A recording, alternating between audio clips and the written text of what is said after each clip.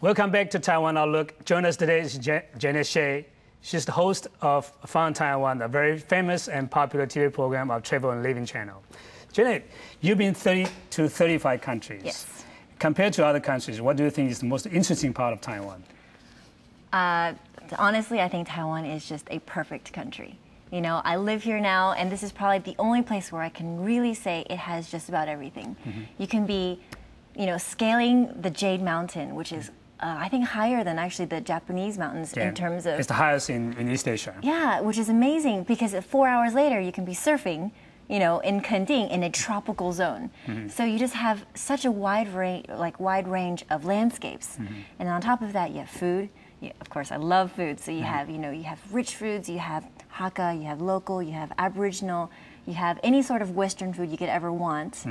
And food-wise, let's see what else. The people here are great. Transportation is very convenient. Like this is the only place where you really don't need to drive around. I'm talking about Taipei, of course. You know, you have convenient subways, and I know for me, I just love it. Like as a country as a whole, I think they really got it down.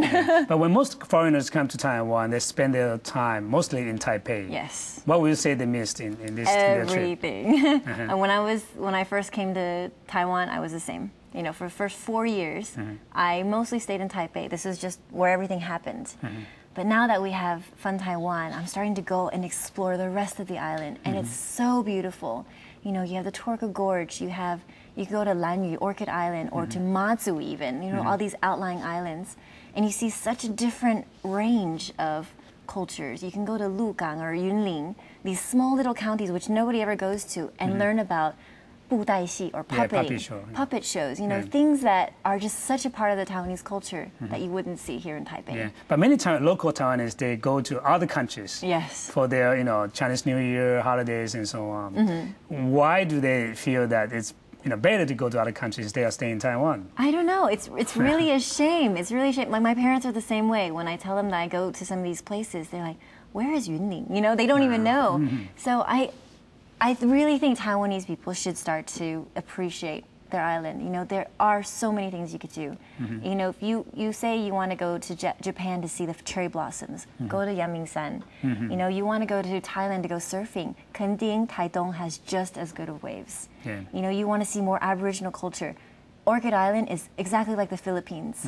So you really don't need to leave the country at all. You know, and Taipei is a cosmopolitan city that looks exactly to me like Hong Kong, or, you know, it's even comparable to New York in a way because it's open 24 hours a day. So to me, I really don't think you need to leave the country. But do you think that there should be some improvements in Taiwan's infrastructures in terms of the tourism industry? I do think the one thing that is a shame is that Taiwan tends to be a little bit dirty. You know, you see litter scattered around, and to me, as a foreigner, I come here and I think it's such a beautiful island, and I feel like it's such a shame that locals don't take care of it more. You know, for example, we went to Orchid Island, and they have these traditional Aboriginal houses which are built into the ground. Very cute, you know, very traditional houses. And now, because there's more tourism, they're starting to build more hotels. They build these really ugly concrete square buildings right next to these villages, and to me, it almost rips my heart out. I'm like, it's such a shame. You know, or you go to Kending, like I said, it's a tropical beach. You just want to go there and relax on the beach, go surfing, and you look out and you see a waste disposal plant, or, you know, you just see these plants, and, you know, you see pollution, you see nuclear power plants, and that's what ruins the experience for tourism. Some people will do some studies before they come to Taiwan, or even especially for those people who do backpacking and so on. Do you find it difficult to get the information they need through the internet and through other channels as well? Well, I think the information is a little bit limited, partly because of the language barrier. You know, and people don't really think of Taiwan as a tourist destination. They think of everything made in Taiwan. That's right. So they don't think of coming to, say, to Alisan, and from there taking a hiking trip by backpack. You know, because first of all, they don't know you can do it. Most of the information is in Chinese. And, you know, I have a Lonely Planet, which is a very popular, you know, traveling book. And even in there, it has major destinations. But you know, now on Fun Taiwan, we visit all these tiny alleys where even in tourist books, you don't see. Okay. And it's those alleys, I think, that are really, really interesting that foreigners would love to see. But do you think our government has not done enough in promoting Taiwan internationally in terms of attracting more tourism into Taiwan? I think they could be more done. There could definitely be a lot more done. But I think, like I said, the main thing is that they need to start taking care of the island itself first. Yeah. Like, you can attract people to come here once, maybe, but to keep them coming back or to keep them recommending Taiwan as a place, a tourist destination, is to maintain Taiwan as a beautiful island.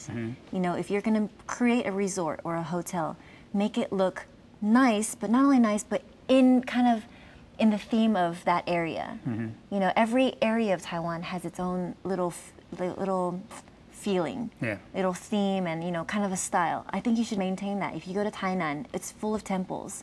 Rather than building a concrete, maybe a 5-star hotel, but it's concrete, build it in the shape of a temple, or something that just makes it more aesthetic. Something that attracts people to come back rather than just come once. In terms of pamphlets or these kind of left, flyers and so on, do you think we have done good enough in describing or introducing temples and all places to the foreigners? No, again, I think that so much more can be done.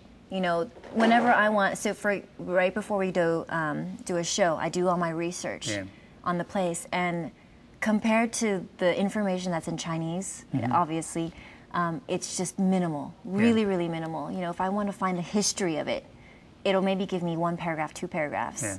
Whereas if you really want to learn about the place, you have to be able to read Chinese. Yeah, that's right. So there are rooms for improvements in the future. Yeah, I think language-wise, I think they could write a lot more in English. Yeah. Do you think that in general this place is friendly to foreigners in terms of, for instance, languages and cultures and things like that? I think the number one key thing that Taiwan has is the people. The people are very friendly, and that is the main source of, I guess, communication barrier. Even though maybe the people here don't know how to speak English, they're very willing to use their hands or body languages. To grab you over to eat something, or I think that is what Taiwan has that a lot of countries do not have. In terms of signs, I think there's a lot of confusion with the romanization. That's right. So that part even confuses me. I think that part could be improved upon, and then obviously just if possible to have better English signs down south. Taipei is great. I don't have any problems getting around Taipei. In general, how do you feel about language ability of people here, especially young people? When you bump into other people, they speak English in general? Yeah, I think people here are very willing to speak English. They're very excited, very curious. For example, you go to Japan and you speak English, and immediately they're like, they just turn away, they just run away. But here in Taiwan, they'll be like, oh, and then they'll try their best to speak, and I think that's great. I think that's part of the culture. People are curious about. You must have made a lot of good friends in Taiwan. What do you find difficult to make friends with Taiwanese people? No, honestly, no. When I first got here, I didn't speak a word of Chinese, and I made friends with a grandpa who came in for. I used to work in the emergency room, so he came in with some problems, and he didn't speak Taiwanese and I didn't speak Chinese, and we're just, just hi.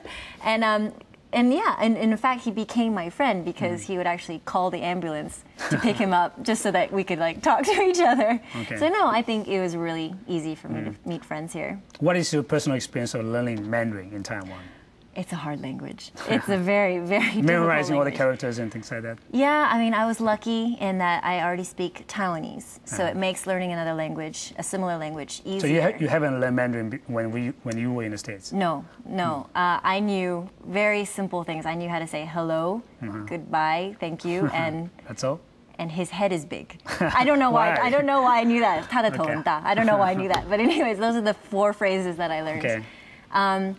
So here, I guess the best way to learn a language is actually just to immerse yourself.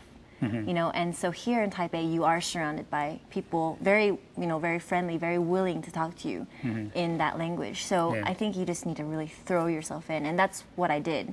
So that's what made it easier for me to learn. My biggest challenge right now are 2 things: writing, which is just impossible to me. Everything looks just so complicated. That's right. And then the other one is 成语. Okay. Your phrases. I mean, you have so many phrases that they're each one has a story, a history. You know. It was tough for us too, when we were studying when we were kids. Oh, so you can imagine for us, we have no idea who these people are, and we don't know, if you translate it, people mountain, people sea. Like, what is that? It makes no sense. That's right. So those are the most difficult things for a foreigner to learn. Now there was some people going to Chinese mainland to study, Chinese Mandarin, and some people came to Taiwan. Do you think it's better to study here or in the mainland? What are the major differences between these two countries, two sides? Well, for example, my sister lives in Shanghai, so she's learning Mandarin there. Simplified characters. Simplified characters, and while it is easier in a way, she prefers to look at, just aesthetically, to look at the Taiwanese characters. Yeah, traditional ones. Traditional ones, because they're just so much more beautiful. Yeah. You do lose a little bit of the essence of the word when you take out all the inside complicated stuff and make it into an X. Yeah, that's right. It's just not as pretty. And for example, she also has trouble learning pure Mandarin because she lives in Shanghai. So she learns a little bit of Shanghainese mixed in there. Yeah. And my friends who live in Beijing, you come out speaking with a very heavy Beijing Hua, and very not everybody accent. loves that. Yeah, not everybody really likes that accent. So I feel like the Taiwanese Mandarin, I guess, the Mandarin that you learn in Taiwan, is just clean, and it's very easy to understand. And on top of that, the words are just beautiful to look at. Hard to write, but beautiful. Do you study romanization of the Chinese or the Zhuyin Fuhao system? Both. I learned both. Romanization is just easier for us to type because we're used to the alphabet letters. That's right. But the Bopomofa, I think it's easier to pronounce. Yeah. So when I was learning how to pronounce correctly, if you write like Pinyin, like P-I-N-G, that's right. You can pronounce it ping, ping, ping. You can pronounce it. You don't in tongues, right? You don't see the pronunciation as well as with the Zhuyin Fuhao. Yeah. As we know that studying Chinese has become a very important market. Yeah. For people who teach Chinese. Do you think Taiwan is competitive in trying to get into this market? If they're not, they should definitely be. Because now, with the economy going up, the Asian market really is huge. You have Asians or Chinese characters everywhere, So I think it's very, very important that Taiwan gets on top of this train, to be able to compete, with China and Hong Kong, just these huge, massive land masses. We have to be smart. Yeah. Taiwanese people really have to be able to push, what they have out there. Do you think Taiwanese have been very aggressive enough in trying to get to this market? Not really. Why is that? I don't know. We're somewhat reserved? I think it's a problem of Taiwanese not really appreciating what they have. If you look at businessmen, everybody's always looking towards China or towards India or just other markets. And like you said too, when they travel, they feel like leaving the country. Yeah. So I think you need to start with that kind of attitude first. Like, you need to be proud of what Taiwan has in order to be able to want to share it with everybody else. And I feel like it's more foreigners like me and my friends who come here like, hey, wow, this is great. Yeah. And then, we want to share it with everybody. Like, hey, come to Taiwan, come to Taiwan. I know so many Canadian American friends who have Canadian friends come over because they love it. Yeah. Whereas you rarely hear a Taiwanese person say, hey, come to Taiwan, to move, to live here. Like, I never hear that. It's always, so-and-so wants to leave to go to Australia to study or whatever. Some American friends told me that they feel that Taiwanese people don't have the self-confidence in the island, in the environment and so on. Do you share that kind of feeling? Maybe internationally, maybe when they're traveling, they feel like if they say Taiwan, people don't really know where it is, or But I think that's something that you should leave being proud of. Like, I have that problem actually when I travel abroad. People say, "Where are you from?" And I say, "Oh, I'm from the U.S." They're like, "No, you couldn't be from the U.S." And then I want to defend myself. Like, no, I was born in America and I am an American. But then I add on to it. I was like, but I am a Taiwanese American. That's right. First I joke around and I say I'm not really an ABC, but I'm an ABT, right? I'm American-born Taiwanese. Because there is a big difference, this is where my parents, my grandparents, my great-grandparents, they lived here. So if only Taiwanese people can be proud of that. Then when you travel abroad, then there's no problem. Yeah. Then, you know, it shows. Like you can be out there in you know, Egypt and saying like, hey, yeah, I'm from Taiwan. You should come over. Yeah. You know. You also been to China, right? Yes. When we come back, we'll talk about your experiences in China and how is that different from your experience in Taiwan. Okay. And let's take a short break. Stay with us.